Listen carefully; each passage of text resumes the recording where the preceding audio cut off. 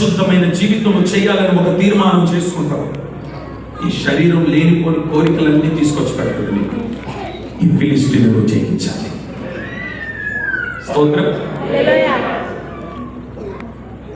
ఇప్పుడు సౌలు రాజు యొక్క రాజ్యము పతనమైపోవడం గల కారణం ఏంటంటే అమాలేకీయుడి మీద జయము సాధించకపోవుట వలన, అమాలేకుని చంపకపోవుట వలన, శరీరం మీద విజయము సాధించకపోవుట వలన రాజ్యము పతనమైంది, కూలిపోయింది రాజ్యం. దేవుడు అతని యొద్ద రాజ్యాన్ని.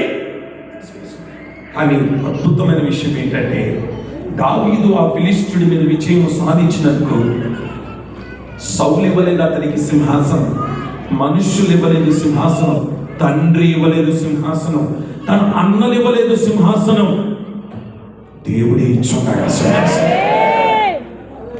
ఈరోజు ఆ సింహాసనం నీకు ఎవరు ఇవ్వబోతున్నారమ్మా? మీరు అనుకోవచ్చు మనుషుల చేత ఘనత పొందుతానేమోనని. నో.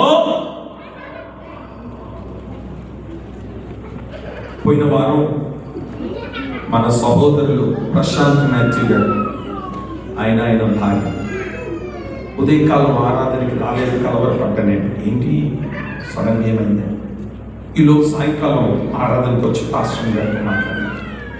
జరిగింది ఏంటంటే చూడండి, ఉదయకాలం 7:30కు వితౌట్ నోటీస్ వీళ్ళు ఉంటున్న అపార్ట్మెంట్ని హైదరాబాద్ వచ్చి కూల్చేసినాయి.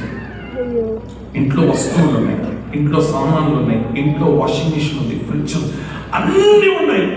అలా అన్నీ ఉండగానే వచ్చి కూర్చోడంతో ఇంట్లో వస్తువులన్నీ నాశనం అయిపోయాయి. లక్షల ఖరీదు. కట్టు బట్టలతో కిందికి వచ్చి కూర్చున్నాయి. నాకు కలిగిన సంతోషం ఏంటో తెలుసా? ఇప్పుడు చెప్తున్నాను ధైర్యంగా, వాళ్ళు బలహీనులు కాదు, వారు బలవంతులు. ఎందుకంటే ఉదయకాలం ఈ కార్యం జరిగితే ఎవ్వరు కూడా ఆ వస్తువులు అవన్నీ అలా పెట్టేసి మందిరానికి రారండి. వాళ్ళ అవన్నీ పక్కన పెట్టి సాయంకాలం ఆరాధనలో కూర్చున్నారంట. వీళ్ళెవరో తెలుసా? అపవాదిని ఎదిరించగలిగిన శక్తివంతులు. సమస్యను చూసి భయపడలేదు.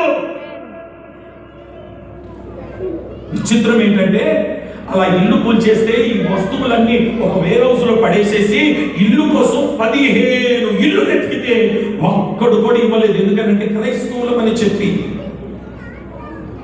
ఎందుకు మీకు భయం? ఎందుకు వాళ్ళకి భయం చెప్పనా? మనం బలవంతులం అనే సంగతి వాడికి కూడా తెలుసు. స్తోత్రం. వాడికి భయం. మనం ఉంటే ఆ ఇంట్లో